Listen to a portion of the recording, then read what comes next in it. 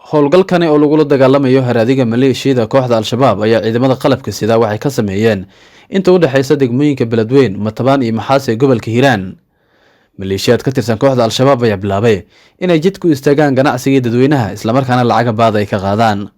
gudoomiyaha gobolka Hiiraan iyo saraakiisha ciidamada qalabka sida ayaa waxay sheegeen in howlgalku sii socon doono inta laga xaqiijinayo ammaanka deegaanada u dhaxeeya degmooyinka. waa niman magacooda wato liiri argagixiso waxay istusayaan xagganay islaan guri joogto u imanayaan, mid kale daash meel ku haystay u imanayaan, waxa la tusayaa madaxa la tusayaa mirq shaaleyn baa la tusayaa.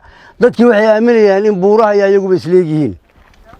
wallahi meel ay joogaan iyo meel ay degan yihiin taniya xalan dheelmanayn oo taniya saakan socon meel ay joogaan jaani cirib dhigeen waa weyn.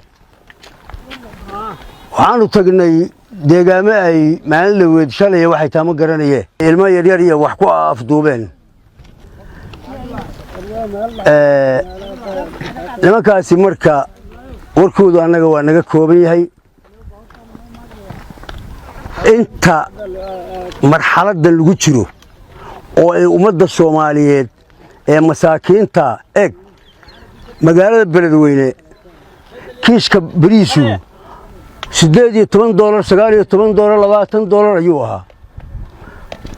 hadda maalmahan kama warqabay markii Beledweyne ugu dambeysay 50 iyo waxbuu marayay iyo qadaadic buu marayay kiiska bariiska. yaa gaarsiiyey meeshaas dadka Soomaaliyeed. waxaan rabaa inay wax fahmaan.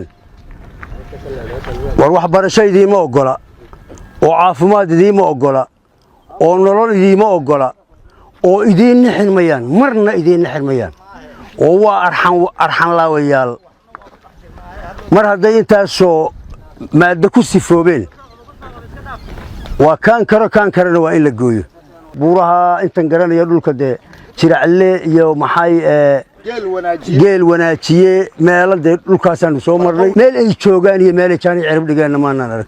maleeshiyada kooxda laga adkaaday ee Al-Shabaab ayaa bilaabay inay lacag baad ka qaadaan dadka deegaanka isla markaana si dhow maleeshiya deegaanadaasi ay ku soo gaaraan. ciidamada qalabka sida ee Soomaaliyeed ayaa deegaanadaasi saaka ka sameeyay howlgaladii ugu balaarnaa.